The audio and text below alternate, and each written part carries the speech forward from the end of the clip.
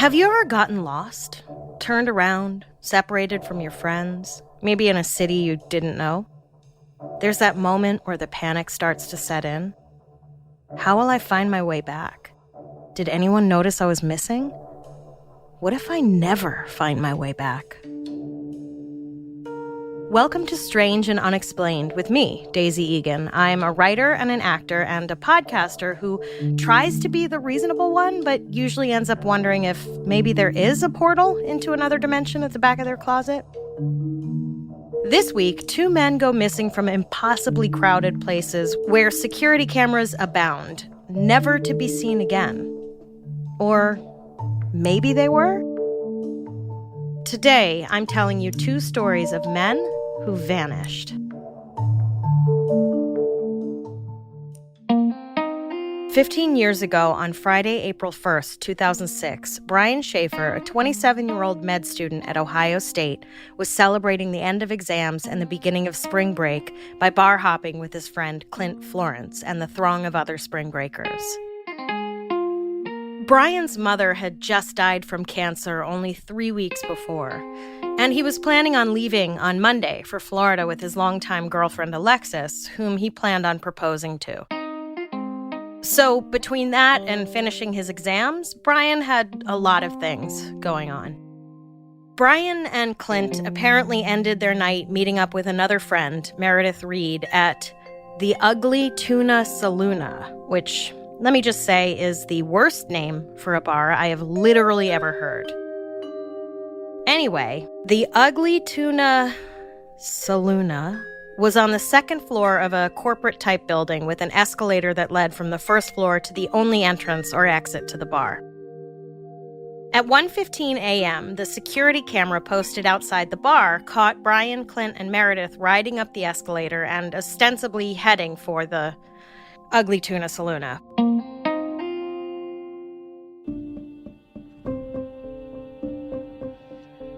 "40 minutes later, at 1:55, Brian can be seen again on the same security camera, chatting with a couple women just outside the bar. 2 security guards stand a few feet away, most likely getting ready for the bar crowd to leave after last call at 2 a.m. Honestly, even thinking about being at a bar at 2 a.m. makes me tired. On the security camera footage, Brian can be seen walking toward the entrance of the bar, but the actual entrance to the bar itself is out of frame. As the drunken horde of college students poured out of the bar at closing time, Clint and Meredith waited outside for Brian. They called him on his cell phone, but he didn't pick up. And Clint went back inside and checked the bathroom, but he wasn't there. Clint and Meredith then made the assumption that Brian had already left and hadn't told them. Folks, can we please normalize not leaving your friends at bars just because you can't get a hold of them? Like, unless they explicitly said, you go ahead, I'll stay here, and or they're not, like, incoherently drunk, don't leave without your friend who gave you no warning that they were going somewhere. Well, that's not how Clint and Meredith handled the situation. They assumed nothing was wrong and left.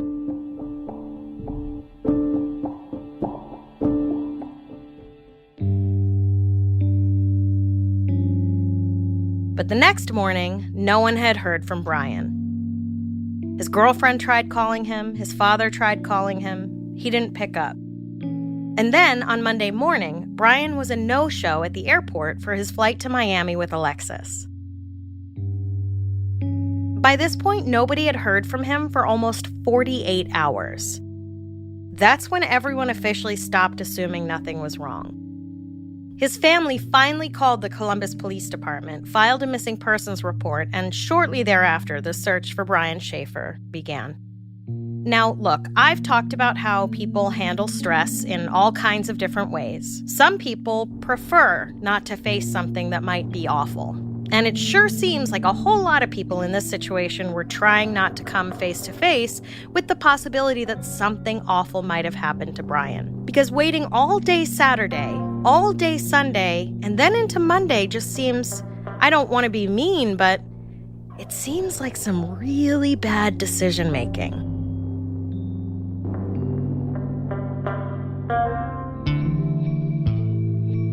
police search initially focused on the surveillance footage from outside the Ugly Tuna Saloona.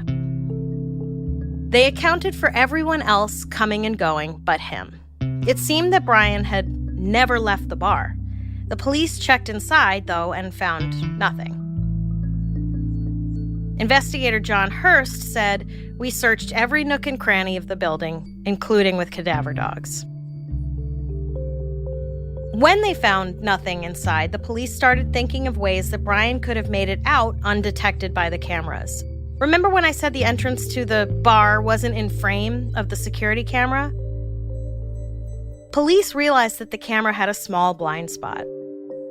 Though there wasn't much in the area between where the camera frame ended and the door to the bar. It's not like there was an elevator or a door to anywhere else. There was just a wall and then the door to the Ugly Tuna Saloona. This was reassuring to the cops because it meant that there was only one way to get in and out of the bar. Or so they thought.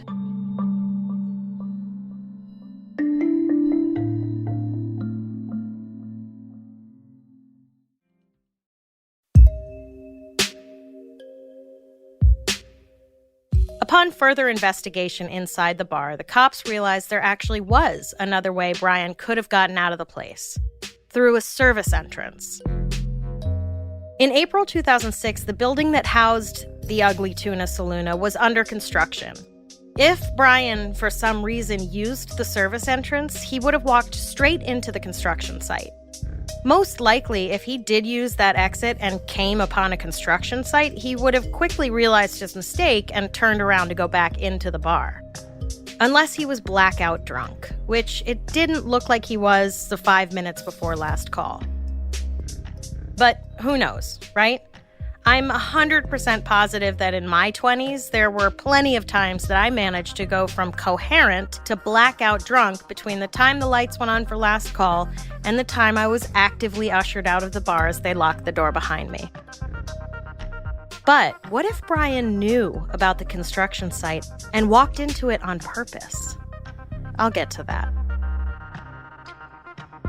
So, finding nothing inside the building or in the construction area, the police shifted the search to the streets of Columbus, where as many as 50 police officers searched for Brian at a time, scouring the streets, pawing through dumpsters, and knocking on doors. They even gained access to the city's sewer system, maybe thinking he had Jean Valjean'd his way out of town. That's a Les Mis reference, folks, keep up. But there was no sign of Brian anywhere. A year went by, and the police still had no answers. There were plenty of tips that came from the public, but none of them led anywhere. No one knew where Brian was. No one knew if Brian was alive. No one knew if Brian was dead. No one knew anything. 15 years later, still no one knows what happened to Brian Shaffer. Or if they do, they haven't come forward.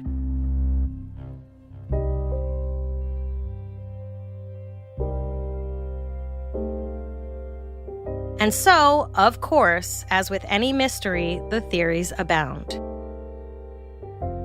Most people assume that Brian somehow left that bar that night. Police have even chased down sightings in Texas, Sweden, and Mexico, coming up empty-handed every time. There is an elaborate and convoluted theory that Clint somehow helped Brian escape incognito through the construction site, after which Brian fled to Mexico and has been living there ever since. Recently, an American tourist familiar with Brian's case took a photo of a man on the street in Tijuana. They thought it was Brian Shaffer. You can easily find the photos online, and the resemblance is eerie. In fact, there was enough of a resemblance that the FBI actually ran the photo through facial recognition software. It came back as no match. There have been other Mexico sightings, but why would the sweet, loyal, handsome, caring boyfriend abandon the supposed love of his life and his grieving father and run to Mexico? And if he did, fucking rude, Brian. Rude. The Brian disappeared on purpose theory hinges on the fact that his friend Clint is seen on camera heading back toward the Ugly Tuna Saloona, where he claims he looked for Brian in the bathroom before rejoining Meredith a few minutes later out in front of the bar. But unless Clint managed to help pull off an incredibly risky and elaborate disappearance in the span of 5 minutes, this scenario is unlikely. And if Clint wasn't helping Brian run away from his life, why was Clint the only person involved in this whole thing who refused to cooperate with police?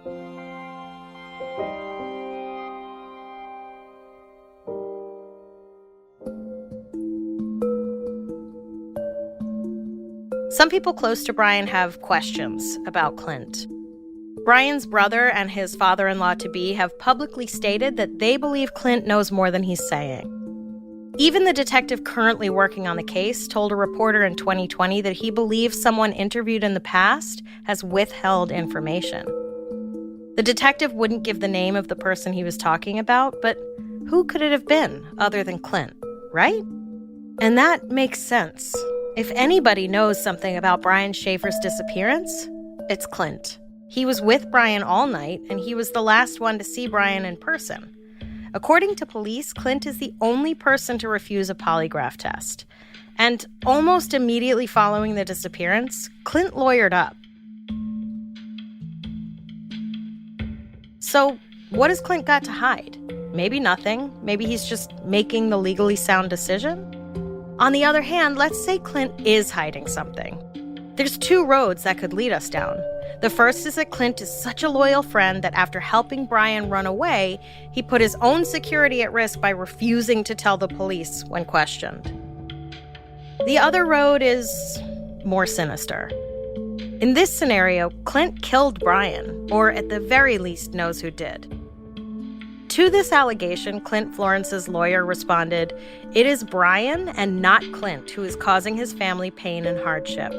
Brian should come forward and end this," which is a weird statement to make about someone unless A, you know they're still alive and in hiding, or B, your fucking client killed him. If Brian did manage to leave the bar unnoticed, the most plausible explanation as to his disappearance is that he met with foul play and his body was disposed of. Some people think Brian may have been one of the victims of the smiley face killer, but as I covered in my episode about those men, they all showed up dead up or down river somewhere days or weeks after having disappeared. It seems that if the smiley face killer or killers is a thing, one of the calling cards is an eventual dead body. Of course, it could have been anyone else who saw an easy target and took an opportunity and then hid the body tremendously well, which would be a remarkable feat considering how hard it is to walk around a major metropolitan area in the days after 9/11 without getting captured on at least a dozen cameras. Then again, I'm no criminal mastermind, so what do I know? But maybe everybody's overthinking it. Maybe we should trust what the surveillance footage seems to be telling us. Maybe Brian Shaffer never did leave that bar, at least not alive. Now, to be clear, there is zero evidence that anyone associated with the Ugly Tuna Saloona acted nefariously here. But there's also zero evidence of anything in this case, so let's go down this rabbit hole. Maybe an exhausted bartender got a head start on mopping the bathroom floor. At 1:55 a.m., Brian stumbles into the bar to go pee. He walks into the bathroom. There's no wet floor sign. Brian's drunk, maybe even overserved, and he slips, hits his head on the sink, and dies. The staff freaks out. They call the bar owner, who's like, "Everyone just calmly leave the bar like it's a normal Friday night. I will take care of it." And then, what? Calls up Harvey Keitel to help him cover up an accidental death? That's a Pulp Fiction reference. I'm curt with you. It's because time is a factor. I think fast, I talk fast, and I need you guys to act fast if you want to get out of this. So, pretty please, with sugar on top, clean the fucking car.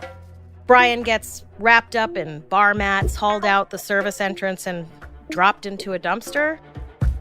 This seems unlikely for about a million reasons, but also you would think that after 15 years, someone would have come forward and been like, "Brian died in the Ugly Tuna Saloona that night. I was there.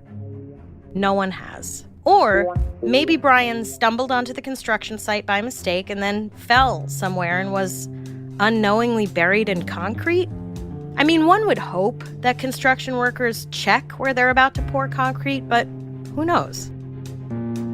We will probably never know what happened to Brian Shaffer.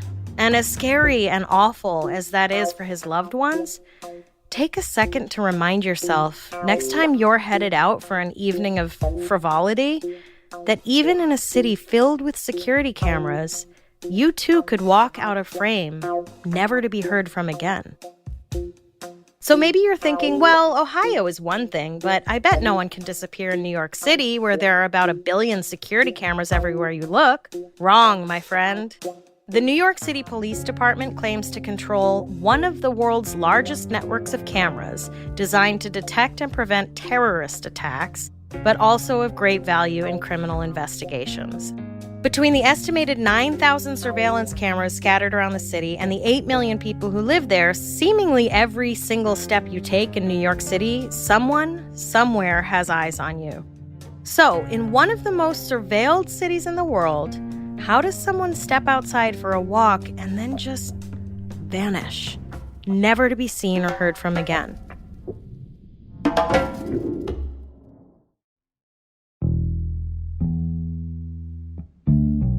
"22-year-old Ian Burnet grew up in Richmond, Virginia. According to his family, he was a good kid. He was an Eagle Scout and the valedictorian of his high school. After high school, Ian went to Virginia Commonwealth University, where he studied engineering, mathematics, and physics. Ugh. On Wednesday, December 26th, 2012, Ian hopped on a bus for New York City to meet up with friends for New Year's Eve.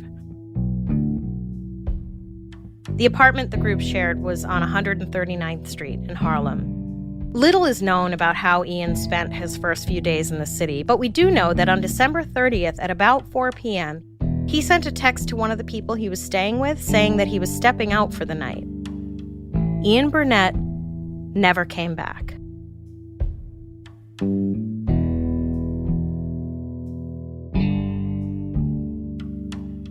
Before we go any further, let me just say there is very little information to be found on this case beyond the smattering of media attention that it got in early January 2013. The only clue anyone had to go off of was that Ian's Metro card, which is the card you use to get on the subway, had been swiped at the 145th Street subway station. Beyond that, we don't know how long Ian was gone before anyone noticed.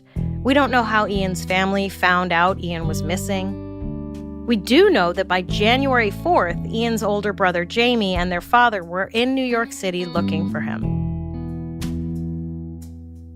At 8:50 a.m. on January 5th, Jamie made the following post on a New York City-related Reddit board with the title, "My little brother has been lost in New York City for 5+ days and no one knows where he is. Please help." My name is Jamie, and I'm from Virginia.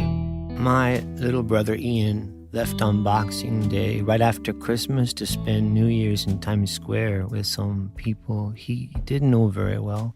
They spoke another language from him, and apparently he felt alienated, and on the 30th he simply walked away. My father and I traveled in our family minivan to the city yesterday and visited his apartment. The girls he had been staying with had left, and all his bags were left behind. He left his phone, his wallet, his laptop, his trees, his iPod, and all his money. He did not leave his ID, a jacket, or the Metro card he bought. We believe these items were on him. Trees, by the way, is a reference to pot. Jamie added an update to the post several hours later saying that Ian still had not been located and that he and his dad had spent the day putting up flyers, walking the neighborhood where Ian last was, talking to the cops, and checking homeless shelters.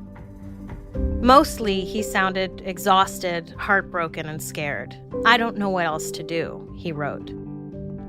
This Reddit post is over 9 years old now. You can still find an archived version of it if you can stomach looking at anything on Reddit.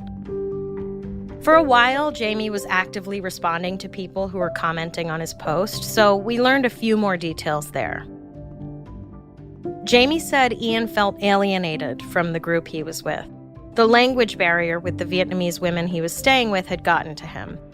And he seemed to be spending a lot of time alone on the trip. He was not having a good time.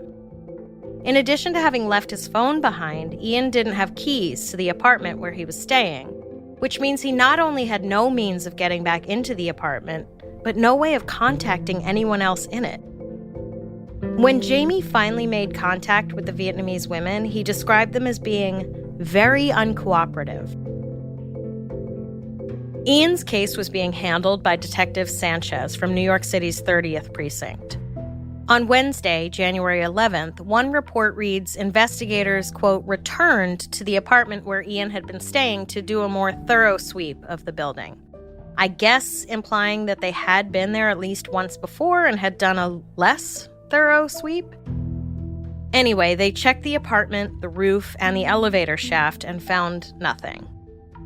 Beyond that, detectives told Ian's family that they ran his name through the homeless shelter database and that they, quote, passed a bunch of the missing persons flyers around to the midnight police, whatever the hell that is. As far as I can tell from his Reddit posts, Jamie was happy and grateful for the way the cops were handling Ian's case, which is strange because according to Jamie himself, the police told him that beyond running Ian's name and posting flyers, there wasn't much more they could do.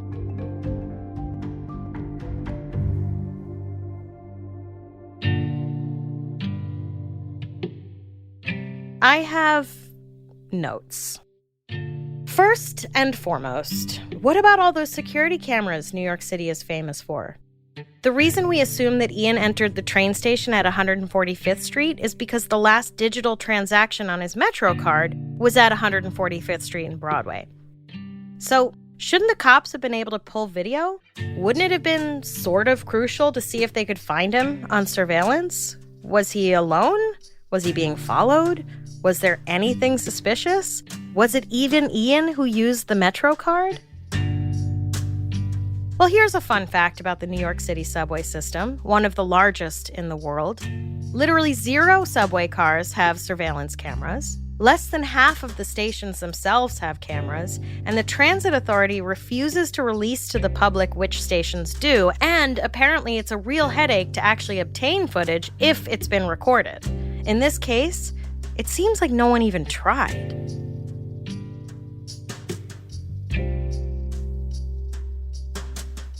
Okay, but how about surveillance cameras in or around the apartment building where Ian was staying? Wouldn't it be worth checking to see if he did in fact leave alone or if he ever made it back after December 30th? Back on Jamie's original Reddit post about Ian's disappearance, a person familiar with the neighborhood where Ian was staying commented that a lot of buildings in the neighborhood have security cameras. This person even posted a picture of the building next door to where Ian had stayed to show that that building indeed had a security camera and even listed the security company who maintained it. I know it's a stab in the dark, they commented, but maybe contact them to see if they'll watch their footage to see if your brother is on any of it. Unfortunately, it doesn't appear that anyone did. Okay, so the NYPD didn't check any security footage. What about the local hospitals? Unless Jamie just forgot to mention that they checked all the hospitals, which doesn't seem very likely considering his posts about his brother's disappearance tended to be pretty thorough. The official position of the NYPD is that they do not believe foul play is involved in Ian's disappearance. But if foul play wasn't involved, then what was it? If the police know nothing, then who does? What about the people Ian was staying with? What do they know? And what do we know about them? Here's what Jamie had to say about them on the Reddit thread. At least one of them goes to school with Ian at VCU. I've never met them. We've tried to contact those people he was with. They've already left NYC without him. But they had a thick accent we couldn't penetrate and were very uncooperative. If I have the rest of my life to think about this, then it's a sure bet that I'm going to track them down and get a detailed account of anything he might have said before he left. But right now, I don't think they'll help me, and I don't know how to make them help. Okay, so he says he tried to contact them, but it also sounds like he actually did contact them, what with their impenetrable accents and uncooperativeness. And I have a lot of questions about how this part went down. Isn't being very uncooperative sort of a red flag? Someone calls you, tells you that their little brother is missing, as in disappeared, desperately asks you, the last person to see their little brother alive, for help, for anything you might know, and you tell them nothing? Could they not find someone who spoke their language to maybe help with the language barrier? Also, there's no mention in any of the Reddit posts or news stories about this that the police even tried to follow up with these people. I don't know if they even found them.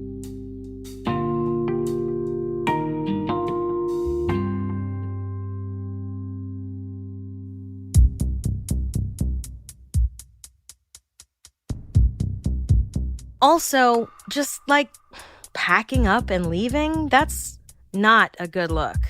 And listen, I know college students don't always have the best judgment.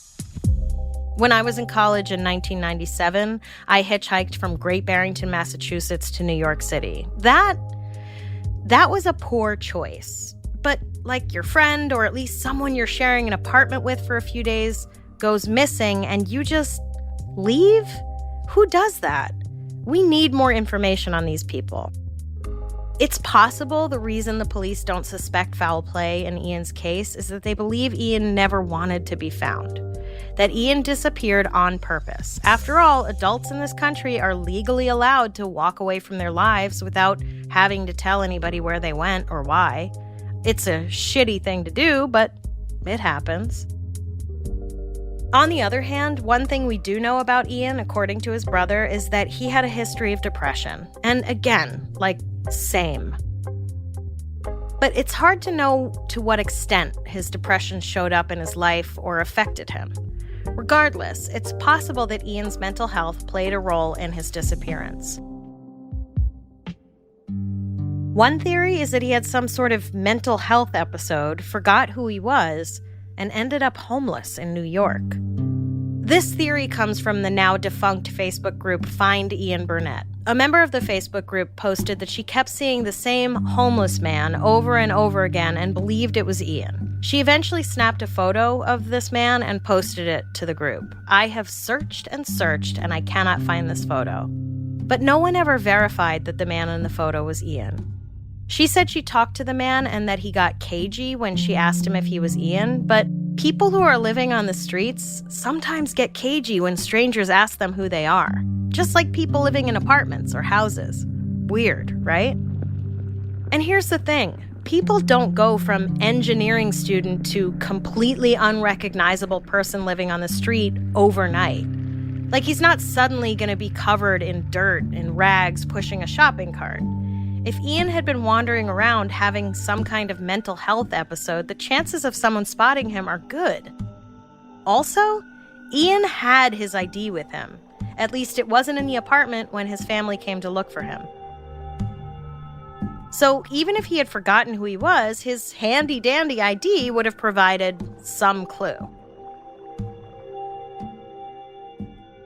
Another possibility is that Ian took his own life and his body was somehow never found. There really is not too much to say about this theory other than that it would be a tragic outcome. But there's no evidence that Ian was that depressed, and it doesn't seem like he came from a family that would have let him travel to New York City with strangers in the middle of a major depressive episode. And maybe he did meet with foul play. Maybe he witnessed something he wasn't supposed to. Maybe he was murdered and his body was expertly disposed of. Weirder shit has happened. To this day, no one knows what happened to Ian, including his family. A year after his disappearance, his brother Jamie posted this final update about the case to Reddit. The answer is no. We still don't know anything. I don't hurt constantly because it doesn't feel possible. It still feels like he's a text message away. There was no body. There was no funeral. And while we had a little ceremony on his birthday, the truth is that there will never, ever be closure. I don't know where he is. And honestly, I'm not looking. I don't know where I'd even begin to look.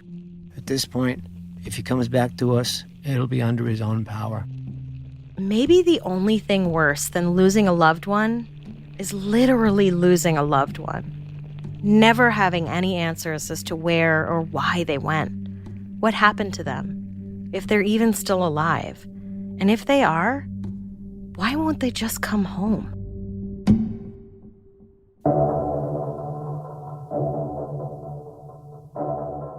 Next time on Strange and Unexplained with Daisy Egan. On March 8th, 2014, Malaysian Flight 370 vanished off radar about 40 minutes after taking off and was never seen again. It was a commercial flight carrying 227 passengers and 12 crew members.